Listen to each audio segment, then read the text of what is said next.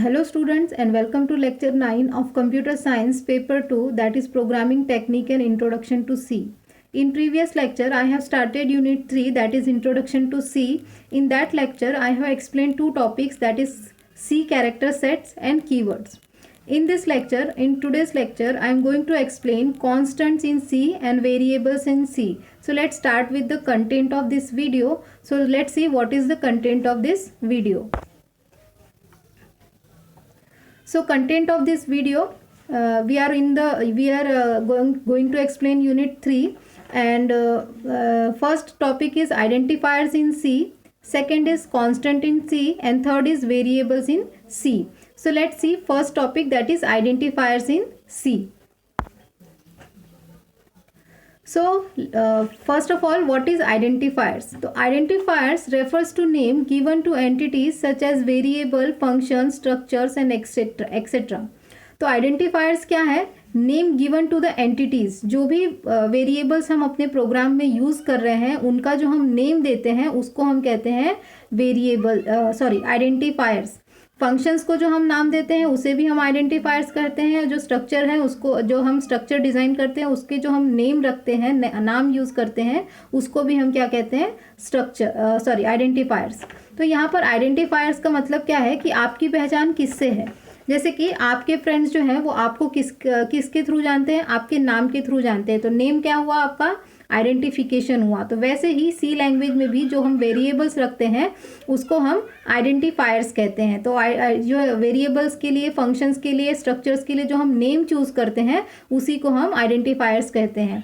तो आइडेंटिफायर्स का काम क्या होता है? To identify the variable just like your name. जैसे आपके फ्रेंड्स हैं, आपके जो क्लोज रिलेशन में जो आपके आसपास के लोग हैं वो आपको किससे जानते हैं? आपके नाम से. तो आपका जो नाम है वो है आपका आइडेंटिफायर. वैसे ही सी लैंग्वेज में भी आइडेंटिफायर्स हैं, वेरिएबल्स के नेम, फंक्शंस एंड स्ट्रक्चर, इसको हम आइडेंटिफायर्स कहते हैं.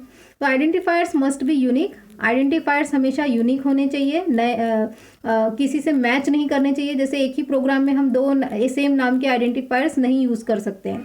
Third, they are created to give a unique name to an entity to identity it during the execution of the program.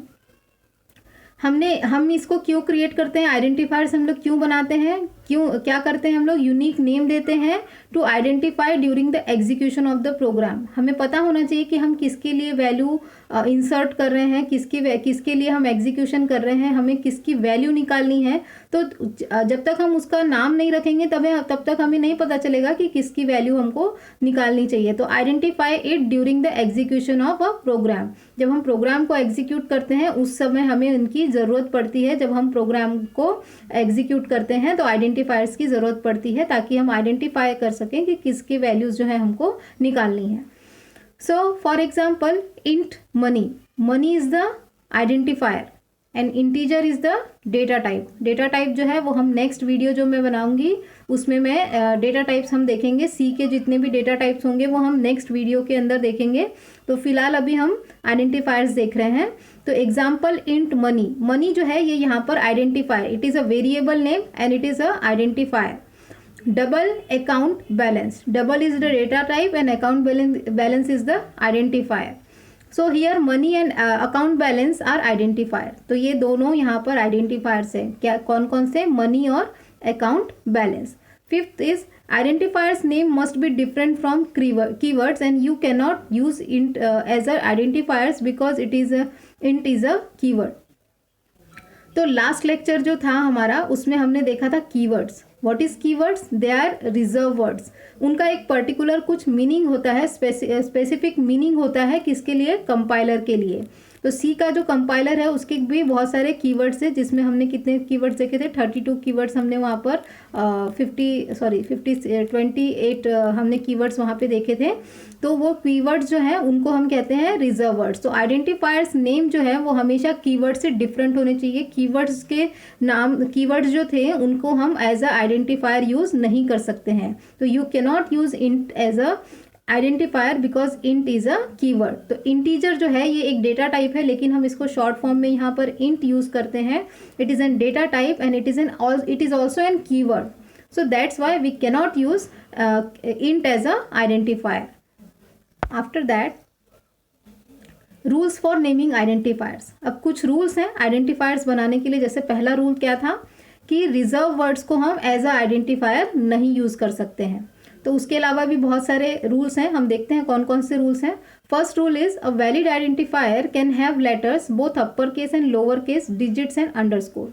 तो आप यहाँ पर अपर केस लेटर्स का यूज़ कर सकते हो, लोअर केस लेटर्स का यूज़ कर सकते हो, डिजिट्स का यूज़ कर सकते हो और अंडरस्कोर का यूज़ कर सकते हो आइडेंटिफायर डिज़ाइन करने के लिए या फिर वेरिएबल का नाम देने के लिए।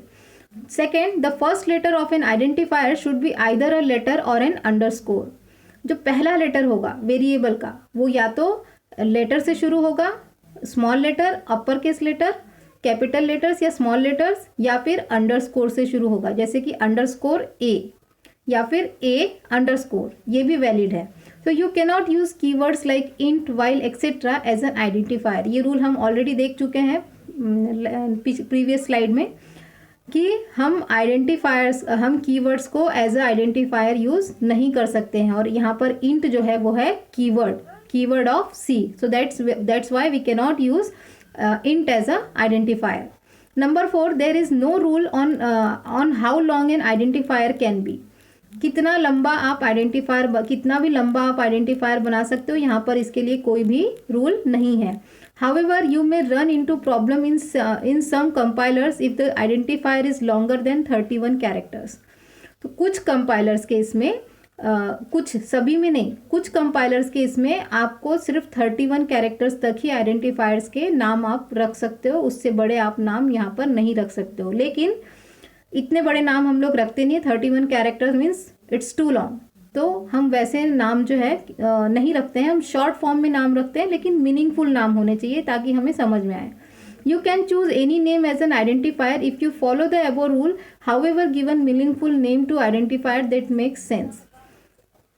तो वहाँ पर एक सेंस होना चाहिए, जैसे कि डेट ऑफ बर्थ। अब डेट ऑफ बर्थ तो काफ़ी बड़ा हो गया, तो अगर हम इसको एज वेरिएबल हम आइडेंटिफायर बना रहे हैं तो date underscore of underscore birth, ये हो गया हमारा वेरिएबल का नाम। अगर हम इसको शॉर्ट फॉर्म में अगर हम लिखना चाहते हैं तो हम इसको लिख सकते हैं DOB। तो मीनिंगफुल नेम होने चाहिए आइडेंटिफायर्स के, बहुत ज़्यादा कॉम्प्लिकेटेड नाम नहीं होने चाहिए, बहुत ज़्यादा लॉन्ग नहीं होने चाहिए और बहुत ज़्यादा शॉर्ट भी नहीं होने चाहिए। तो जब भी हम आइडेंटिफायर्स के नाम देते हैं तब हमें ये बातें ध्यान में रखनी है कि upper case, lower case, digit, underscore हम ये यूज़ करके लिख सकते हैं, लेकिन फर्स्ट लेटर हमेशा या तो कैरेक्टर रहेगा या फिर अंडरस्कोर रहेगा। और हम कीवर्ड्स को एज अ आइडेंटिफायर यूज कर सकते हैं। और there is no rule on how long an identifier, कितना भी बड़ा आइडेंटिफायर हो सकता है, लेकिन some compilers have some problems, वहाँ पर आपको प्रॉब्लम्स आएंगी कुछ कंपाइलर्स में जहाँ पर सिर्फ वो 31 कैरेक्टर्स ही आपको ये करेगा, अलाउ करेगा कि आप अपने आइडेंटिफायर का नाम जो है वो 31 कैरेक्टर्स तक लॉन्ग ले सकते हो। एंड लास्टली क्या है, मीनिंगफुल नेम होना चाहिए, बहुत शॉर्ट नहीं होना चाहिए, बहुत ज़्यादा लॉन्ग भी नहीं होना चाहिए। आपको आइडेंटिफायर्स, आपने क्या नाम रखा है ये आपको समझ में आना चाहिए। After that variables, what is variables, इसका नाम ही है वेरिएबल्स, मतलब ये eight the time of execution इसकी वैल्यू जो है हम चेंज कर सकते हैं, इसीलिए इसका नाम ही है variables. In programming a variable is a container to hold the data. ये एक कंटेनर है जहाँ पर हम डेटा को होल्ड करके रखते हैं, डेटा को स्टोर करके रखते हैं, स्टोरेज एरिया के लिए हम यहाँ पर देते हैं। जब भी हम प्रोग्रामिंग करते हैं, किसी भी लैंग्वेज में हम प्रोग्रामिंग करते हैं, तो हमारा सबसे पहला काम होता है वेरिएबल्स को डिक्लेयर करना। विदाउट वेरिएबल डिक्लेरेशन हम प्रोग्राम नहीं कर सकते हैं। सो अगर आपको कोई मैथमेटिकल प्रोसेस करनी है तो आपको वहाँ पर वेरिएबल को डिक्लेयर करना ही पड़ता है। So in programming a variable is a container that is a storage area to hold data. Data को होल्ड करने के लिए हम वेरिएबल रखते हैं और वो एक एज अ कंटेनर बिहेव करता है। Second point, to indicate the storage area each variable should be given a unique name.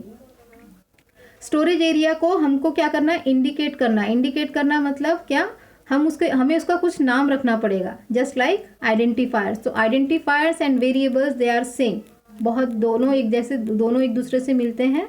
तो आइडेंटिफायर्स के जो रूल्स हैं वही रूल्स हम वेरिएबल्स के इसमें भी लगाते हैं। तो वेरिएबल्स जो है ये कैसे, indicate the storage area, so that's why we have to given an name to the variable unique name देना पड़ता है, that is identifier. Third is the just the symbolic representation of a memory location. Memory में हमारा जो जब भी हम programme करते हैं, जब हम सबसे पहला हमारा काम क्या होता है, वेरिएबल डिक्लेरेशन करना विथ डेटा टाइप। तो जब हम डेटा टाइप के साथ उसको डिक्लेयर करते हैं तो हम उसको मेमोरी में स्पेस देते हैं, मेमोरी में उसको जगह देते हैं, मेमोरी में उसको जगह मिलती है। तो वो जो जगह है वो क्या करता है, वो जो नाम है, हमने उसका नाम जो रखा है वो सिंबॉलिक रिप्रेजेंटेशन होता है मेमोरी लोकेशन का। जैसे कि इंट ए, अब ए जो है ये मेमोरी में उसको जगह मिली हुई है, अब जो भी वैल्यू हम स्टोर करेंगे वो उस ए नाम की लोकेशन पे जाकर सेव हो जाएगा। तो यहाँ पर देखो for example int player score is equals to 95। यहाँ पर डेटा टाइप है integer, play score is the name और आइडेंटिफायर ऑफ द आइडेंटिफायर है, ये नेम है, वेरिएबल का नाम है, इक्वल्स टू 95। अब ये प्लेयर स्कोर जो है इसको मिली है मेमोरी में जगह और इसकी जगह पर 95 जो है वैल्यू जो है वो स्टोर होगी। Here player score is a variable of in type and here the variable is assigned N integer value 95। यहाँ पर वेरिएबल का नाम क्या है, प्लेयर स्कोर है और ये किस टाइप का है, इंटीजर टाइप का है और ये यहाँ पर असाइन कौन सी वैल्यू हो रही है, 95 वैल्यू इसको असाइन हो रही है। Fifth, the value of variable can be changed, hence the name variable. मैंने अभी पहले बताया इसका नाम ही है वेरिएबल कि इसकी जो वैल्यू है हम eight the time of execution जो है इसको हम चेंज कर सकते हैं। After that let's see rules for naming a variable. अब वेरिएबल्स को जो हम नाम जो देंगे उसके लिए भी कुछ रूल्स हैं, तो these are same as identifiers. तो फर्स्ट जो रूल है वो है variable name can only have letters both upper case and lower case digit and underscore. तो ये सेम ही है जो हमने आइडेंटिफायर में देखा था। सेकंड है the first letter of a variable should be either a letter और एन अंडरस्कोर, ये भी सेम रूल है, या तो लेटर से शुरू होना चाहिए या फिर अंडरस्कोर से शुरू होना चाहिए। Third, there is no rule on how long variable name identifier can be, कितना भी बड़ा हो सकता है, लेकिन सम कंपाइलर्स में वो 31 कैरेक्टर्स ही अलाउड करता है, ठीक है।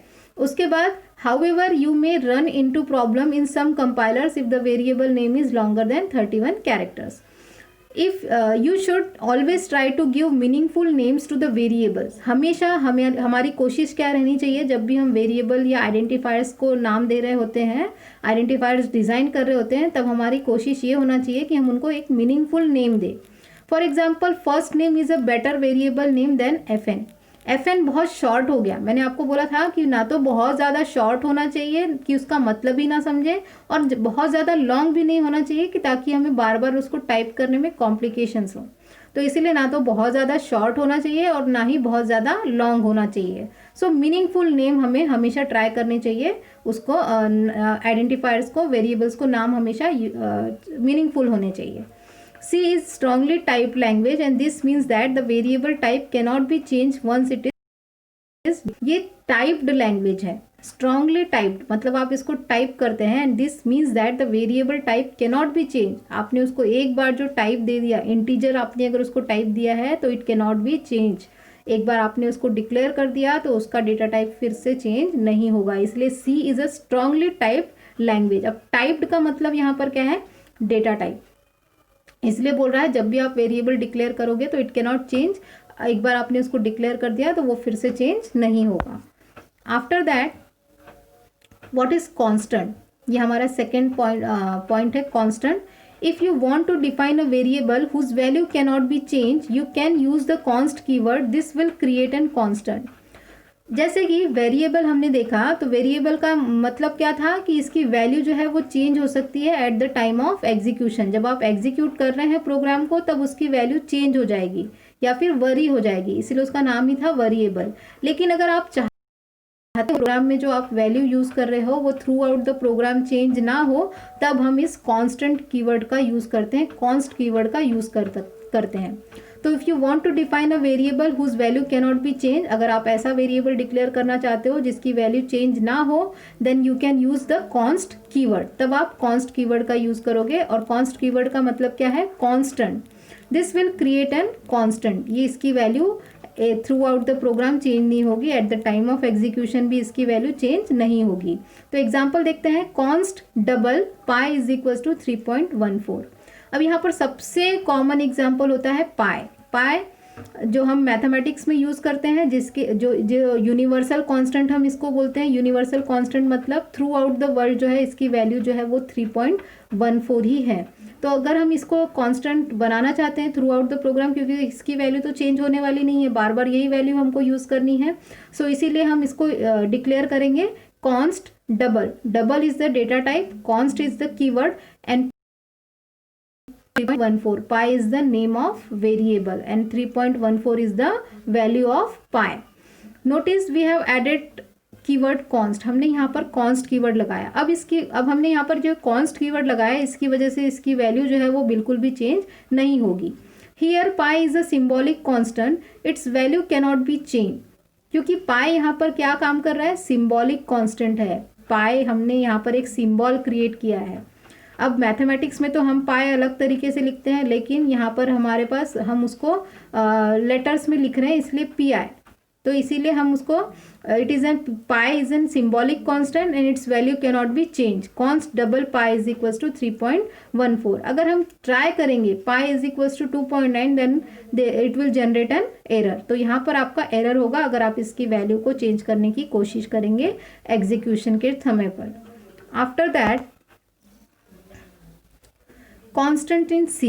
अब सी में कांस्टेंट देखते हैं, तो सी में जो कांस्टेंट है वो कितने हैं, पहला है सिंबॉलिक कांस्टेंट, दूसरा है literal constant and third is the object constant.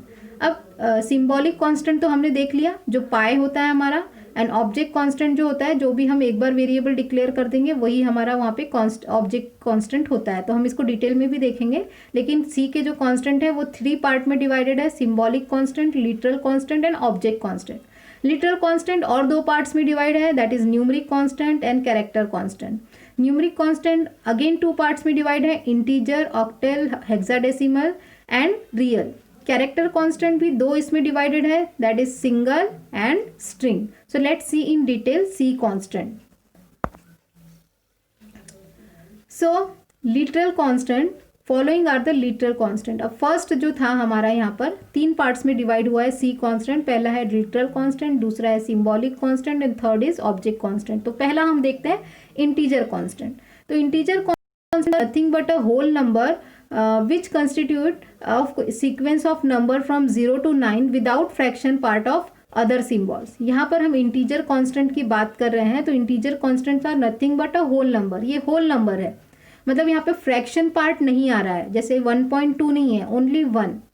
Okay, decimal point वाले नंबर्स जो हैं वो इंटीजर में नहीं आते हैं। तो integer constants are nothing but a whole number and which constitute of sequence of number from 0 to 9। और ये जो इंटीजर है ये किसके कॉम्बिनेशन हो सकते हैं, 0 to 9 नंबर्स के जो है पूरे कॉम्बिनेशन हम यहाँ पर बना सकते हैं without fraction part. Integer constant could be either negative और पॉजिटिव। ये निगेटिव भी हो सकती है वैल्यू और पॉजिटिव भी होती है, -1 भी हो सकता है और +1 भी हो सकता है। Prime numbers, factorial numbers are basically an integer number. Prime numbers जो होते हैं, फैक्टोरियल नंबर्स जो होते हैं हमेशा किस में होंगे, इंटीजर नंबर्स के अंदर आएंगे। In C language integer numbers are expressed by data type int और long unsigned int.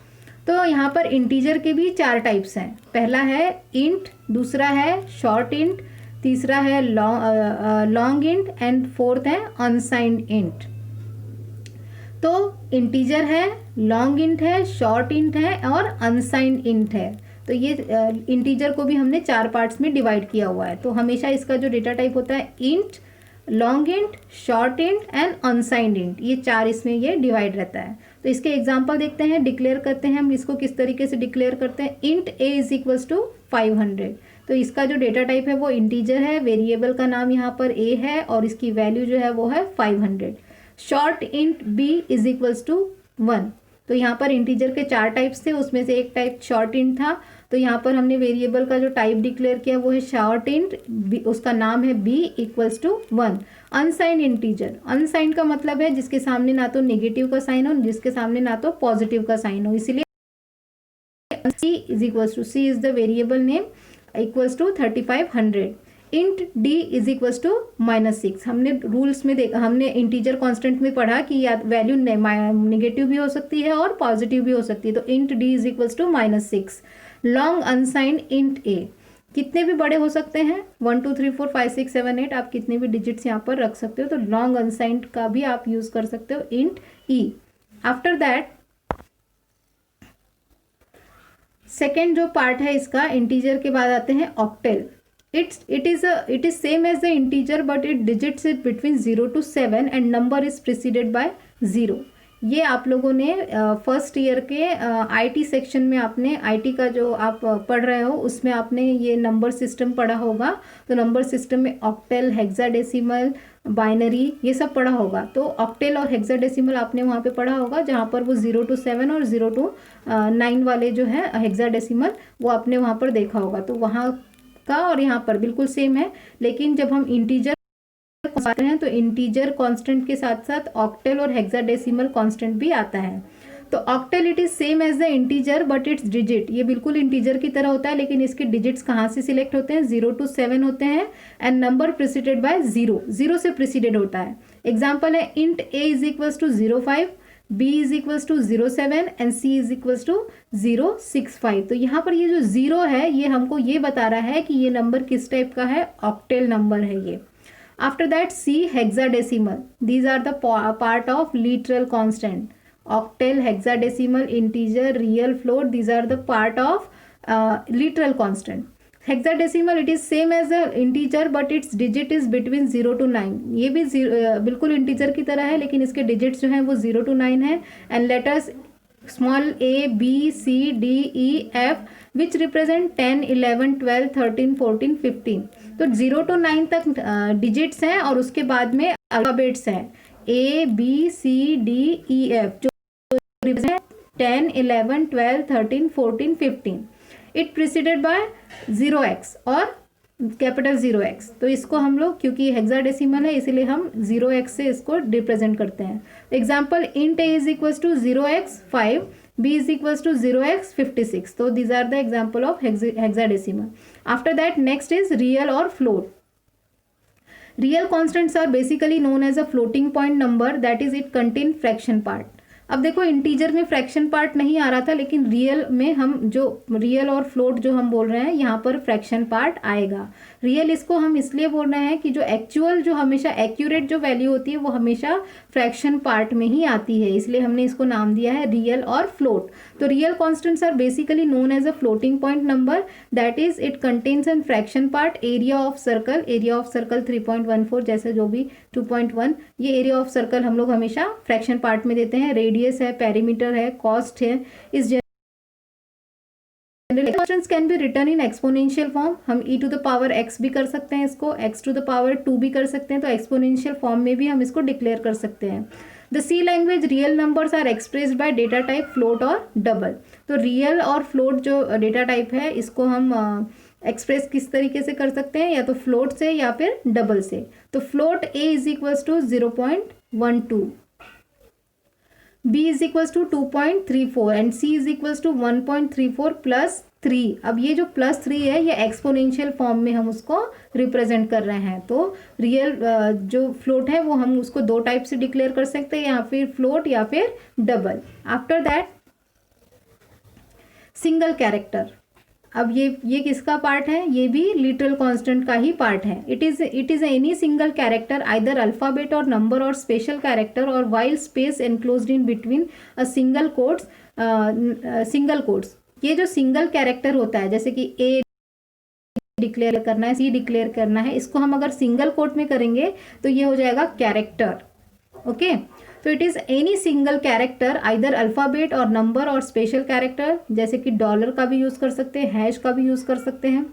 Maximum length of the character constant is 1। यहाँ पर कैरेक्टर की जो लेंथ है वो 1 ही है। तो जब भी आप वेरिएबल डिक्लेयर करते हो तो अगर कैरेक्टर लिखा तो उसकी मैक्सिमम लेंथ 1 होती है। In C language single character is expressed by data type char. यहाँ पर आप उसको केयर से डिक्लेयर करते हो। तो example char a is equals to single quotes में capital A, b is equals to single quotes में small k, c is equals to single quote में dollar, d is equals to single quote में 7। अब यहाँ पर जो single quote में हमने 7 लिखा है, ये लिखा तो हमने नंबर है, लेकिन इसको ये एज अ कंपाइलर जो इसको कंसिडर करेगा कैरेक्टर, क्योंकि हमने इसको सिंगल कोट में डिक्लेयर किया है। तो सिंगल कैरेक्टर को हम हमेशा सिंगल कोट्स में ही डिक्लेयर करते हैं। E is equals to quotes तो लगे हुए हैं लेकिन इसके अंदर कुछ नहीं लिखा है, तो हम ऐसा भी डिक्लेयर कर सकते हैं। And F is equals to single quote में इक्वल टू, तो इसको हम एज अ कैरेक्टर ही यूज करते हैं। String it is a group of character enclose between double quotes. String को हम क्या कहते हैं? It is a group of characters, अलग अलग कैरेक्टर्स, जैसे कि किसी का नेम हो गया, तो नेम जो है वो हो गया ग्रुप ऑफ कैरेक्टर्स। तो it is a group of character enclose between double quotes. अब देखो सिंगल कैरेक्टर तो सिंगल कोट्स में डालना है, अगर स्ट्रिंग है तो उसको डबल कोट्स में डालना है। तो स्ट्रिंग में contain the combination of all kinds of symbol, किसी भी टाइप के सिंबल का कॉम्बिनेशन हम कर सकते हैं, इंटीजर भी रख सकते हैं, स्पेशल सिंबल्स भी रख सकते हैं, ऑपरेटर्स का भी यूज कर सकते हैं। So in C language string is expressed by data type array of char. तो हम यहाँ पर इसको डिक्लेयर करते हैं एरे ऑफ केयर, स्ट्रिंग को डिक्लेयर करना होता है। तो सिंगल कैरेक्टर को डिक्लेयर करने के लिए कुछ नहीं करना है, जैसे वेरिएबल डिक्लेयर करते हैं वैसे ही सिर्फ उसको सिंगल कोट में लिखना है। तो char a array, square brackets लगे हैं मतलब array, equals to double quotes में I cat, b square brackets equals to 24/7। तो इसको कंपाइलर कैसा ट्रीट करेगा? As a string. C square brackets is equals to crazy 4। तो इट इज एनी कॉम्बिनेशन, कोई भी कॉम्बिनेशन हम यहाँ पे रख सकते हैं, वेरिएबल्स का, नंबर्स का, स्पेशल कैरेक्टर्स का, ऑपरेटर्स का, किसी को भी हम यहाँ पर कॉम्बिनेशन एज अ स्ट्रिंग बना सकते हैं। After that symbolic constant, this type of constants are defined, ये सेकेंड टाइप है। पहला जो हमने देखा था 3 टाइप के कांस्टेंट थे, एक लिटरल कांस्टेंट, दूसरा symbolic and third is object. This type of constants are defined using hash define directory. It helps to substitute the constant value in the program whenever a symbolic number is encountered during compilation process. Any try to change the value will generate an error. ये जो symbolic constant है, ये हमेशा जब हम hash include stdio.h, hash include conio.h, जब हम directory को जहाँ पर हम डायरेक्टरी डिक्लेयर करते हैं वैसे ही हम सिंबॉलिक कांस्टेंट को डिक्लेयर करते हैं हैश डिफाइन।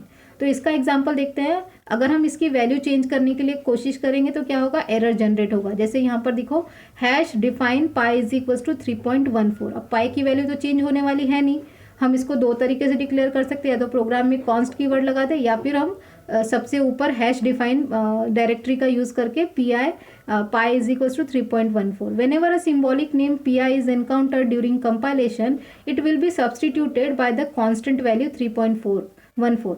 जब भी पाई जो है एनकाउंटर होगा, कहीं पर भी आप पाई अगर यूज कर रहे हो तो उसकी वैल्यू हमेशा क्या है? सब्स्टिट्यूट होगी 3.14।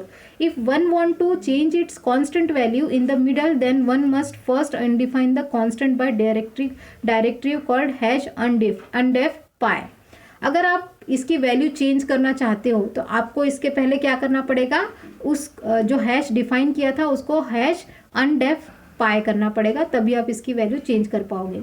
लास्ट है object constant. If one would like to have the value of variable to remain unchange same during the execution of program, then one can declare the variable as a constant. तो हम इसको as a constant declare करते हैं। अगर आप चाहते हो कि आपने जो वैल्यू डिक्लेयर की उसकी वैल्यू पूरे तब आप कांस्टेंट कीवर्ड का यूज करके आप उसको डिक्लेयर कर सकते हो। तो it is defined by the keyword const and any try to change the value later will generate an error. अगर आप इसकी वैल्यू चेंज करने की कोशिश करोगे तो यहाँ पर आपको एरर देखने को मिलेगा। एग्जाम्पल है इसका int const a is equals to 5 और const int a is equals to 5। आप दोनों तरीके से इसको डिक्लेयर कर सकते हो। तो इस लेक्चर में हमने 2 चीज़ें कवर की है। आइडेंटिफायर्स हमने किए, कॉन्स्टेंट एंड वेरिएबल, ये हमने यहाँ पर एक्सप्लेन हो गया। अब नेक्स्ट जो लेक्चर होगा वहाँ पर हम देखेंगे सी के data types and type casting in C. So तब तक के लिए थैंक यू।